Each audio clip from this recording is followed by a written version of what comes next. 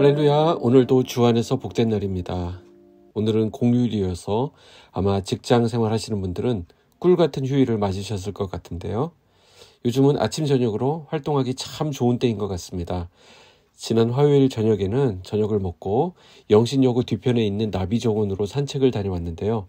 정말 많은 분들이 나와 계셨습니다. 혹시 우리 빗속은 성도님들을 만나게 될까 살짝 기대했는데 우리 성도님들은 말씀 묵상하시느라 모두들 그 시간에 집에 머물고 계셨던 것 같습니다.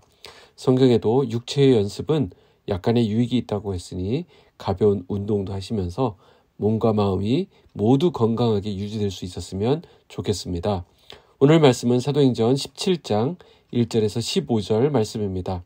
그들이 암비볼리와 아볼로니아로 다녀가 데살로니가에 이르니 거기 유대인의 회당이 있는지라 바울이 자기의 관리대로 그들에게로 들어가서 새 안식일에 성경을 가지고 강론하며 뜻을 풀어 그리스도가 해를 받고 죽은 자 가운데서 다시 살아나야 할 것을 증언하고 이르되 내가 너희에게 전하는 이 예수가 곧 그리스도라 하니 그 중에 어떤 사람 곧 경건한 헬라인의 큰 무리와 적지 않은 귀부인도 권함을 받고 바울과 실라를 따르나 그러나 유대인들은 시기하여 저자의 어떤 불량한 사람들을 데리고 때를 지어 성을 소동하게 하여 야손의 집에 침입하여 그들을 백성에게 끌어내려고 찾았으나 발견하지 못하매 야손과 및 형제들을 끌고 읍장들 앞에 가서 소리질러 이르되 천하를 어지럽게 하던 이 사람들이 여기도 이르매 야손이 그들을 맞아들였도다. 이 사람들이 다 가이사의 명을 거역하여 말하되 다른 임금 곧 예수라 하는 이가 있다 하더이다 하니 무리와 읍장들이 이 말을 듣고 소동하여 야손과 그 나머지 사람들에게 보석금을 받고 놓아주니라. 밤에 형제들이 곧 바울과 실라를 베레아로 보내니 그들이 이르러 유대인의 회당에 들어가니라.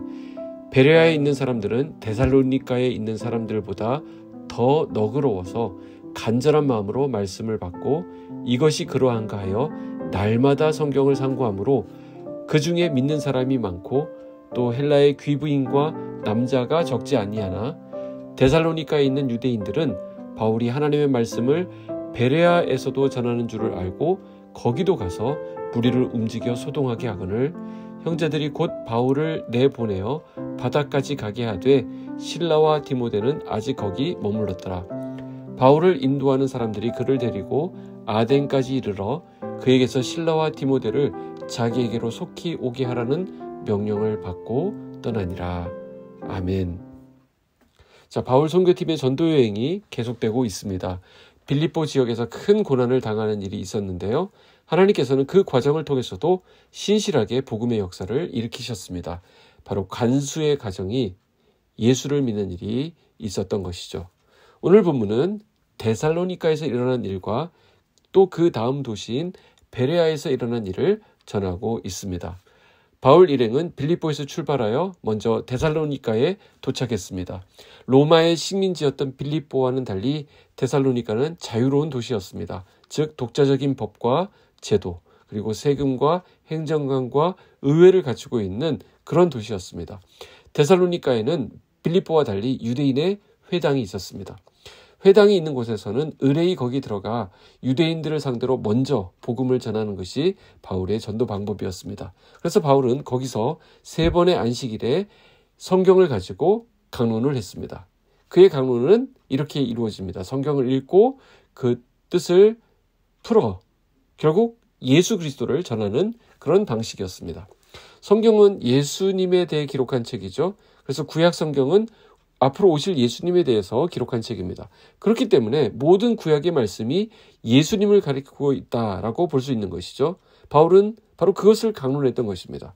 자, 그런데 유대인들 입장에서는 바울이 연결하고 있는 그 예수 그리스도, 즉 메시아가 십자가에 달려 죽는다라는 것은 도저히 받아들일 수도 이해할 수도 없는 일이었습니다. 바울은 항상 그의 강론을 마무리할 때 이렇게 맺습니다. 내가 너희에게 전하는 이 예수가 곧 그리스도라. 그러자 그 회당에 함께 있던 수많은 경건한 헬라인의 큰 무리와 많은 귀부인들도 권함을 받고 바울과 실라를 따르게 되었습니다. 예수를 믿게 되었다는 것이죠. 반면에 유대인들의 반응은 완전 다릅니다. 언제나 그랬듯이 예수 그리스도와 그의 복음을 믿지 않는 유대인들의 반발, 그리고 그들의 선동에 따른 이방인들의 박해가 이 데살로니가에서도 어김없이 일어나게 됩니다. 그들은 많은 경건한 헬라인들과 귀부인들이 바울 일행의 말을 따르게 되자 이것을 시기합니다. 그들은 시장에서 불량배들을 모아옵니다. 광장에서도 데리고 왔습니다. 때를 지어 나타나서 막 소동을 일으킵니다. 그들은 바울 일행을 영접했던, 그리고 잘 대접했던 야손이라는 사람의 집에도 침입합니다. 바울 일행을 거기서 찾아 끌어내려 했던 것이죠. 결국 그들을 발견하지 못하자 야손과 그 형제들을 끌고 읍장들 앞에 가서 거짓으로 증언을 합니다. 그 바람에 무리와 읍장들이 다 이 말을 듣고 야단법석을 떨었고요. 야손과 그 나머지 사람들은 보석금을 내놓고서야 겨우 풀려날 수 있었습니다. 자, 이런 어려움이 바울 선교에 계속 이어지고 있습니다. 보통 이 정도 어려움이 있으면 중단하고 포기할 법도 하지 않습니까? 그러나 바울은 어떻게 하죠? 이러한 막힘에 대해서 전혀 굴하거나 낙심하지 않았다라는 것입니다. 이쪽 길이 막히면 또 다른 길을 모색하겠다라는 것입니다. 데살로니가 성도들의 도움으로 불량배들의 손에서 벗어날 수 있었던 바울과 실라는 데살로니가에서 이번에는 베레아라고 하는 곳으로 보내졌습니다. 또 한 번 위기를 모면한 바울 일행이었지만 어딜 가나 전도하겠다라고 하는 그들의 열심은 지치지 않습니다. 그들이 베레아에 가서 한 일이 무엇입니까? 거기서도 역시 유대인의 회당으로 들어가 말씀을 전했습니다. 그런데 이곳 베레아의 분위기는 완전히 달랐습니다. 베레아 사람들은 간절한 마음으로 바울이 전하는 말씀을 듣습니다. 그리고 그 들은 말씀의 참됨을 성경에 쓰인 말씀으로 확인하려고 날마다 성경을 상고하는 사람들이었습니다. 마치 우리 빗소금 성도님들 같았나 봅니다. 그런 가운데 많은 유대인과 헬라의 귀부인들과 남자들이 믿게 되었습니다. 11절, 12절에 그 내용이 나오고 있죠. 바울이 베레아에서도 하나님의 말씀을 전한다는 소문이 전해지게 되자 데살로니가에 있는 유대인들은 다시 베레아까지 찾아옵니다. 이들 열심도 보통이 아닙니다. 그들은 지금 원정으로 핍박을 감행하고 있는 것입니다. 거기서도 무리를 움직여서 소동을 일으키고요. 또 그 때문에 바울은 실라와 디모데하고 떨어지게 됩니다. 나중에 다시 합류하기로 하고 베레아에서 믿게 된 형제들의 도움을 받아서 아덴이라고 하는 지역으로 떠나게 됩니다. 자, 우리는 오늘 본문 말씀 속에서 몇 가지 사실을 정리하게 됩니다. 첫째, 전도 현장에는 언제나 이와 같은 반대, 방해, 박해가 일어난다라는 사실입니다. 둘째, 어떤 핍박과 고난도 바울을 비롯한 전도자들의 전도 의지와 그 열정을 꺾을 수 없었다라는 것입니다. 셋째, 이러한 사단의 방해에도 불구하고 하나님께서는 이 전도자들을 통해 계속해서 복음이 확산되도록 인도하신다라는 사실입니다. 오늘 우리가 또한 점검해야 될 부분이라고 생각합니다. 우리가 하는 선한 일들, 또 복음의 일이 어떤 반대를 만나고 어려움을 만날 수 있다라는 사실을 기억하시기 바랍니다. 이런 일은 늘 있어 왔던 것입니다.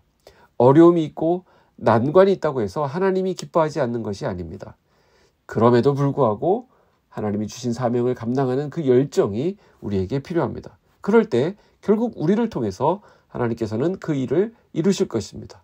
오늘도 우리 안에서 일하시고 역사하시는 하나님을 신뢰하는 은혜가 있기를 주님의 이름으로 축복합니다. 그리고 오늘 우리 교회에서는 자물실 전기공사와 본당의 가림막 공사가 진행됩니다. 수고하는 분들이 안전하고 즐겁게 섬길 수 있도록 기도로 동참해 주시기 바랍니다. 혹 길 가시다가 아이스크림이 떨어진 것을 주게 되면 교회로 가져오시게 된다면 일하시는 분들에게 큰 격려가 되겠습니다. 기도하겠습니다. 하나님 아버지 감사합니다. 오늘도 우리에게 새 아침 주시고 또 말씀의 은혜를 더하시니 감사합니다. 우리가 믿음으로 살아가면서 어떤 모함과 또 시기를 겪게 될 때가 있습니다. 그때마다 우리는 주님을 원망하거나 주님의 사랑을 의심하지 않도록 우리를 붙들어 주시옵소서. 묵묵히 그런 상황에서도 성령의 인도하심을 믿고 우리에게 주신 사명 능히 감당하도록 마르지 않는 생명의 말씀으로 우리의 심령을 가득 채워 주시옵소서. 오늘도 기쁨과 평안, 은혜와 감사가 넘치는 하루가 되기를 소원합니다. 예수님 이름으로 기도하옵나이다. 아멘.